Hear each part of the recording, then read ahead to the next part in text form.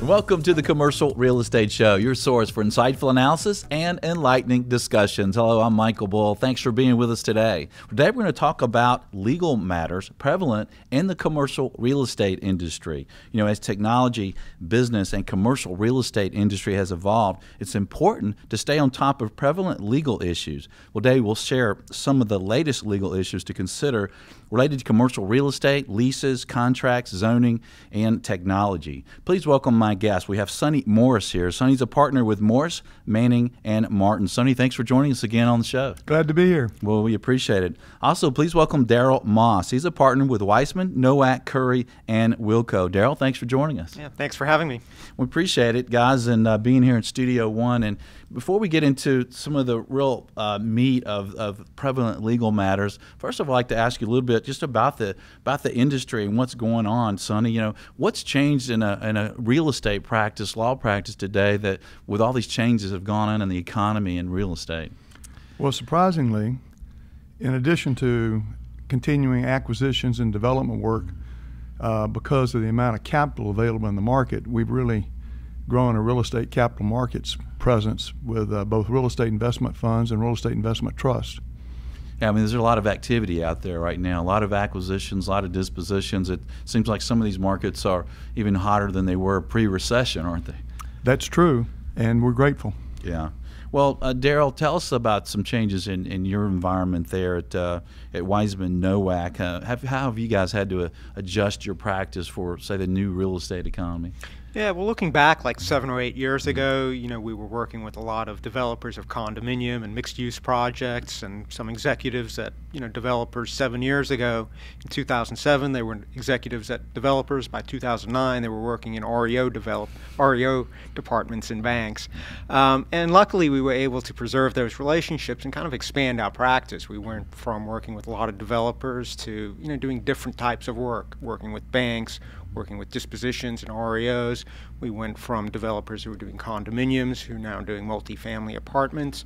So we've been able to sort of retain flexibility and kind of adjust to our clients' needs. As the market changed, we've adjusted with our clients. And you know, I think the real estate firms that have been successful through the downturn were those that were able to make those adjustments. Right, yeah, and had to make them quickly, it seems. I mean, you know, we did a lot of bank work and workout work at our commercial real estate brokerage practice and selling REO, but now that's really dwindled. I mean, we have some sites, land sites and things we're doing around the southeast for banks, but it's been a robust investment sales market. So, and another thing I've noticed about some of our clients are a little more cost conscious than they were pre-recession. Sonny, you do see some of that in the legal world as well? Well, I think it's important because legal fees generally do tend to be costly, that the firm be mindful of adding value and really selling the clients on the fact that you're adding value and you're making introductions for them to help their business in any way you can. You really have to partner with your client. Yeah, that's a good point, and we've seen that too. You know, you want to put them with good folks, maybe even present them some opportunities, right, from some of the connections that you have with brokers and other clients and things, right? Yes, that's exactly right, and that's what they appreciate, and that's what we try to cultivate, that we're not a broker, but we'll do everything we can to make their business successful. Right, right. Well, talk to us about career advice before we get into some of the legal matters of commercial real estate today. If you're Sonny, you've been in the law practice a long time. You've got a big practice with a lot of offices and a lot of attorneys. What advice would you give to young attorneys that are maybe in real estate law, or maybe they're considering legal work or real estate law? Well, it's a profession that you really have to be dedicated to, and it's very difficult to be successful in it because the overhead for law firms is so high. Trying to collect the right amount of fee is challenging, and I've probably persuaded more people not to go into the practice of law than I have to go into the practice of law. Right. Be careful what you ask for, right? Right.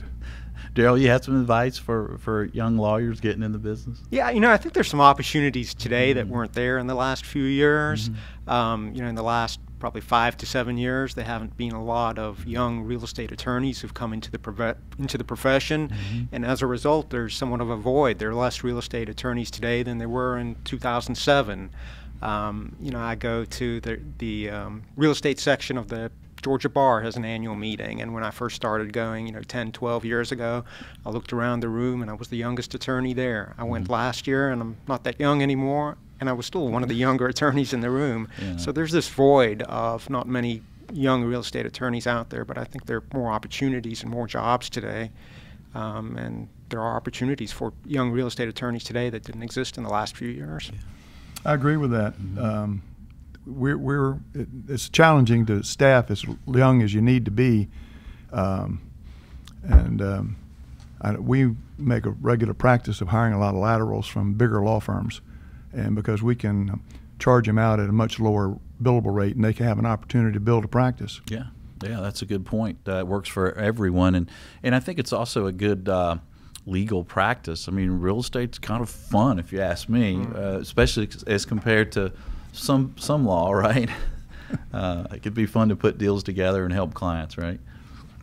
Let's talk about what some of your maybe lender clients have learned from this past recession, Daryl, and what's important to them maybe in their documents and in their processes today.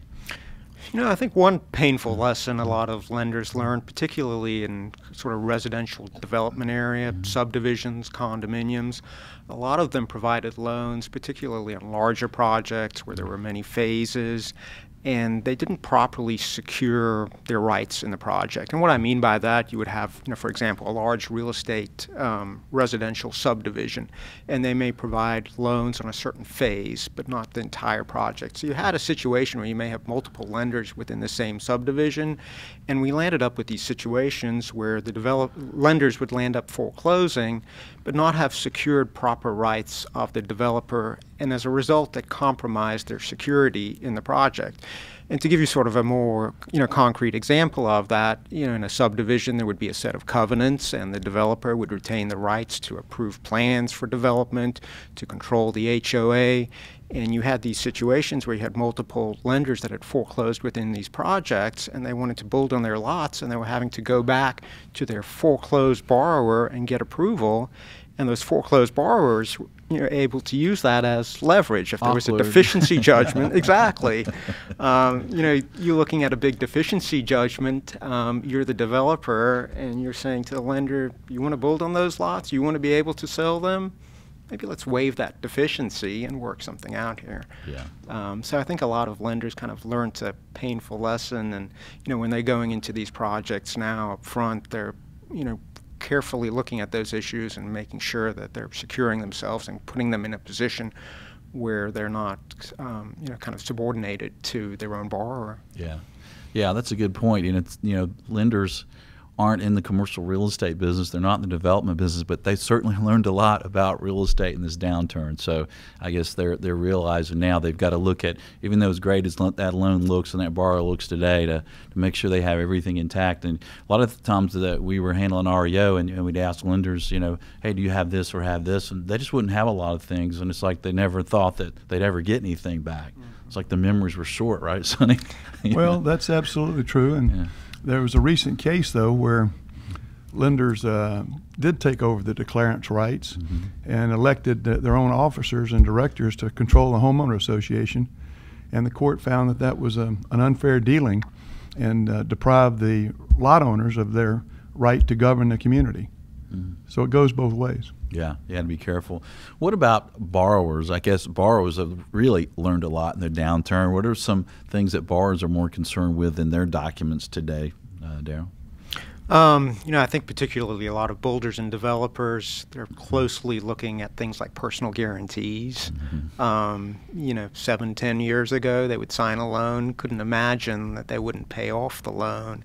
And I think a lot of them learn some painful lessons. And, when they're signing loan documents, reviewing loan documents, they want to have a better understanding of, what flexibility do they have if there's a default, if they're providing a personal guarantee, what events will trigger that personal guarantee. They're looking to, bold out limitations to the extent that banks will give them on those personal guarantees. So just a lot more cognizant of what their downside is if things, don't turn out like that. So I guess there's a lot more wrangling these days on these loan documents than there were back in the heyday, right? Everybody's more concerned. That's absolutely true. And even so-called recourse loans have exceptions for non-recourse carve-outs, which are hotly contested and negotiated because the way they're drafted by lenders' lawyers, they actually turn non-recourse into recourse pretty quickly.